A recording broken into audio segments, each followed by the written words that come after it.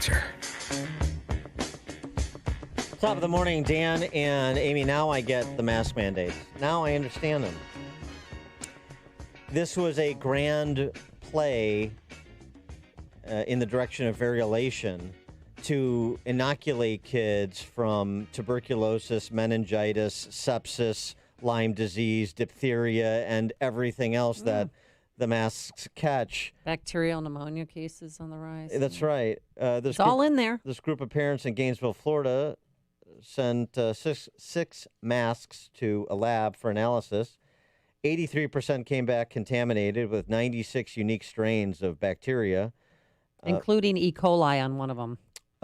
Yes. Just about everything under the sun except the COVID virus. Yeah, and that test can detect viruses and nothing. These kids, these masks were not, a week old. They were brand new or laundered the night before, and the average time that the masks were on the kid's face and one adult was 5.5 hours. Somebody tweeted back to me about this story. Looks like a lot of kids who were wearing masks for 6 hours a day for the last year and a half will be dressing up as Doc Holliday for Halloween. For more on this, pleased to be joined by Dr. Roger Klein, expert with the Regulatory Transparency Project's FDA and Health Working Group, former director of molecular oncology at the Cleveland Clinic, former advisor to FDA, CDC, CMS, HHS. Dr. Klein, thanks for joining us. Appreciate it. Hi, Dan. Hi, Amy. Yeah, I know this comes as no surprise to you. We've talked a lot with you about mask wearing, but, it persists, so you have to keep sort of pounding the issue until it penetrates the consciousness of policymakers. Yes, I mean, I think you're right. Your point about the infections is well taken. A lot of us haven't been eager to walk around with sort of a petri dish covering our mouths. And there was actually a study. There's only been a couple randomized trials with masks and prevention of respiratory infections. And I think I've mentioned this, but in Thailand, they found people who wore masks were more likely to get infected than those who did not. And that's the reason. Well, the COVID virus, I mean, how it can penetrate through the regular cloth mask that you buy in a store, correct? Yeah, I mean, you wear it, and if you wear glasses, you understand that your glasses seem, they're. I mean, obviously, this virus is escaping. It's very contagious. We don't really know what, if any, impact covering your face has, by the general public. It's not clear. And again, the point that I made about the infections was these were bacterial infections, from flora incubating on the mask. So it may not prevent viruses, and it may help increase your risk of getting a bacterial infection. So, I've never been a proponent. If you want to wear it, fine. If you don't, that's great too. If you're vaccinated, there's certainly no need to do it, to wear a mask. Speaking of vaccinations, we have this tragic case here in Chicagoland, a 19-year-old Northwestern student named Simone Scott. She got 2 doses of the Moderna COVID-19 vaccine. First in April, she had severe reactions that mirrored the flu, according to her mom. Then no reactions to the second dose she got on May 1st. But then she came home for Mother's Day and started feeling not so well. And then she went into heart failure such that she needed a heart transplant.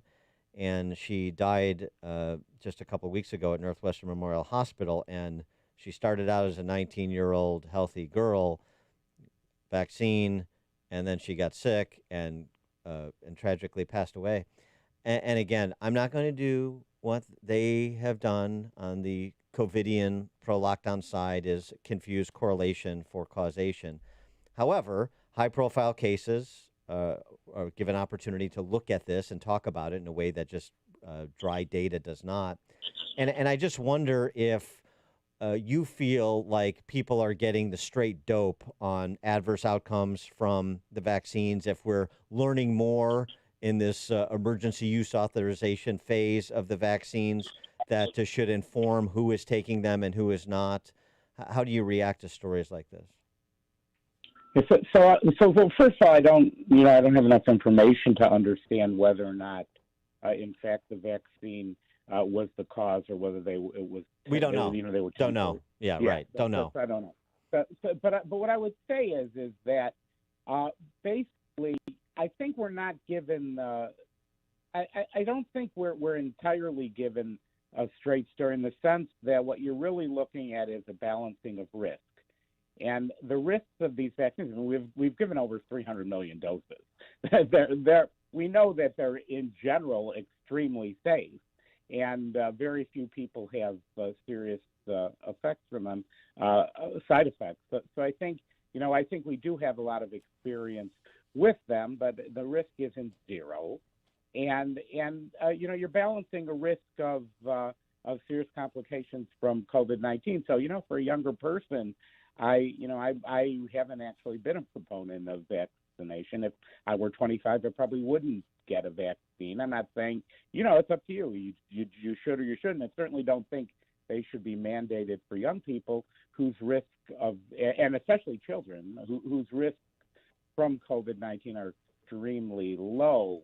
And really still an unquantified risk, probably, but extremely low also from these vaccines. Yeah, but Dr. Klein, if you turn on the news or listen to PSAs on the radio, now the new buzzword is the Delta variant, and they're saying that is going. If we don't get our kids vaccinated, the Delta variant may take them down.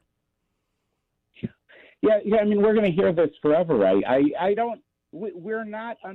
People are not understanding. This is not measles, where you have they're using the term herd immunity. I don't think it's really. It doesn't fit. It's sort of it's a virus that, as we gain immunity to it, will not be a serious threat to most people. It already isn't, but it'll even be fewer. Whether it disappears or not is anybody's guess. Clearly, the fact that most of the vaccines that have been created seem extraordinarily effective suggests that we can build immunity to it that's quite substantial, and then it's unlikely to be a serious threat. So so we have another variant. Viruses mutate, and we'll have some immunity, and maybe it'll be 100% to this variant, and maybe it will be somewhat less. But this is not necessarily an all or nothing phenomenon, in the sense that just because the virus has a mutation doesn't mean people are going to die from it.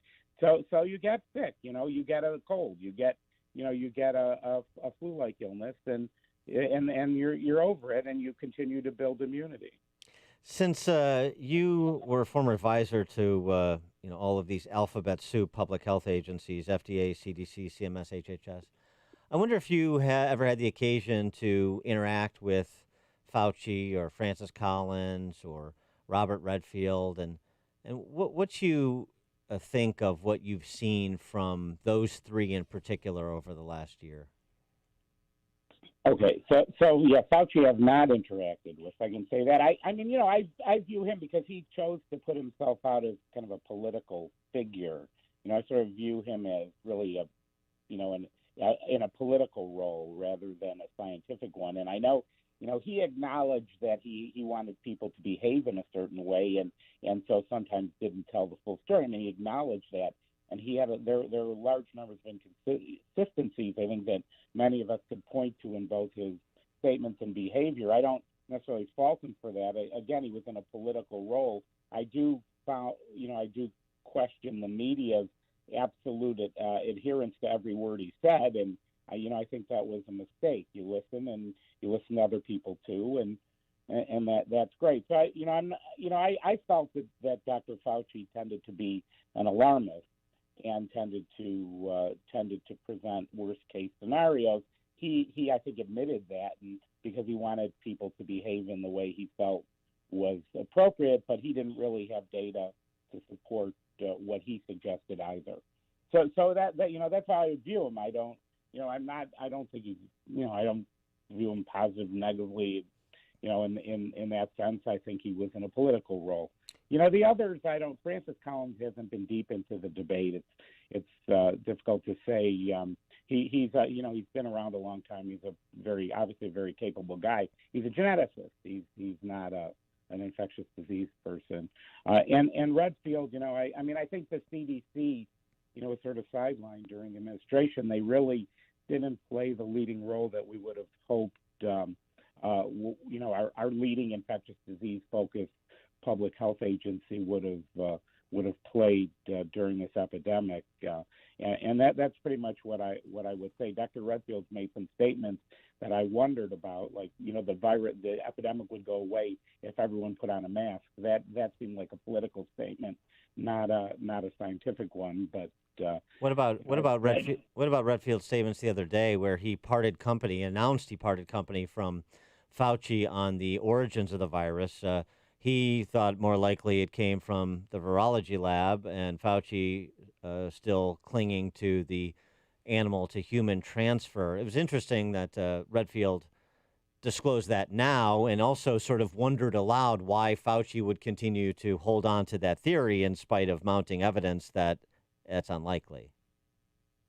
Well, I don't know that it's unlikely. I think we don't know. That's the truth. I mean, we don't know. We don't know where it came from. We do not know where this virus came from. It certainly could have leaked from a lab. It could have been manipulated. We don't know that it was. We yeah, just but don't they know. still are eating bats in China. They never stopped, guys. I mean, well, because they're saying it jumped from animal to human being. Well, it could have. I mean, that's how these things usually happen. It certainly is within the realm of possibility. Some people believe it's much more likely that is what happened.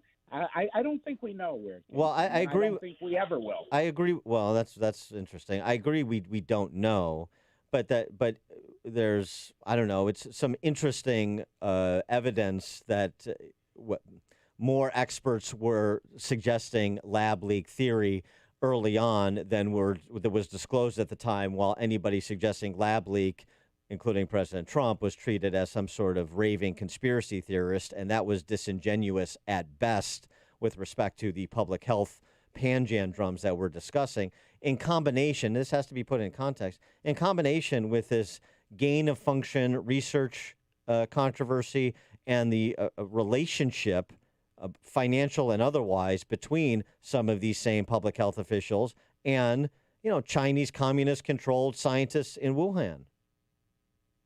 So there's no question that there are certain people who had a financial conflict of interest in this and were engaged in sending money over there. And, of course, I don't know what Dr. Fauci's exact role was in that. I agree that that the way the media particularly presented it and the way that some people colored their public statements was dismissive of the possibility of a lab leak. But I don't think, I think many people didn't believe that, and I think it was never off the table for me. Nothing has changed. I always thought it was possible. I never thought it was likely to have been a weapon, but that's not a very good weapon that attacks you too. But I think there were safety concerns, and I've said this a number of times. People don't seem to jump on this, but there were clear safety concerns about the procedures in that laboratory. And what business had we to be sending money that made its way there and funding a laboratory that wasn't complying with normal protections and biosafety procedures that endanger both their own workers and endanger obviously everybody else if in fact this came from the lab. And I think that's receiving insufficient attention. I mean, one of the levers that we have to make sure that grant recipients act properly is to make sure that they're following appropriate safety protocols. He is, he is Dr. Roger Klein, expert with the Regulatory Transparency Project's FDA and Health Working Group, former director of molecular oncology at the Cleveland Clinic, and former advisor to all of those agencies we were just discussing. Dr. Klein, thanks as always for joining us. Appreciate it. Thank you. Thank you. And he joined us on our turnkey.pro answer line. Connect with Dan and Amy using the AM 560 mobile app. Download it today at 560theanswer.com/mobile. Attention business owners. Many businesses are still at risk of closing due to the after effects of the pandemic. And if you have business with a lot of debt, you need a plan to manage it now. Take down this number or store it in your cell phone, but call 800-426-6186. That's 800-426-6186. When you call, you'll receive free information from BizDebtRes, a national company with business mediators, negotiators, and attorneys that will handle your business debt one of three ways. 1. Negotiate and settle your business debt down to a lower amount. 2. Put your business debt on hold to give you time to get your business in order. Or 3. Get you a payment plan with your creditors that is in your best interest, not theirs. This is not a loan, but a rock-solid plan to get you immediate help. In addition, when you hire BizDebtRes, you no longer have to deal with your business creditors directly. Call BizDebtRes today for free information. But don't wait until it's too late. Call 800-426-6186. That's 800-426-6186. Call 800-426-6186 today. We have some breaking news from Dean Richards. One of the Jonas Brothers crashed the spin class of another Jonas brother. No, because they have these themes. If you ever take Soul Cycle, don't you know, like you'll have Prince Day or you'll have Miley Cyrus versus, like Beyonce, and they do dueling songs. So there was a Jonas Brother spin class, themed song spin class, and he went in and surprised the ladies on their bikes.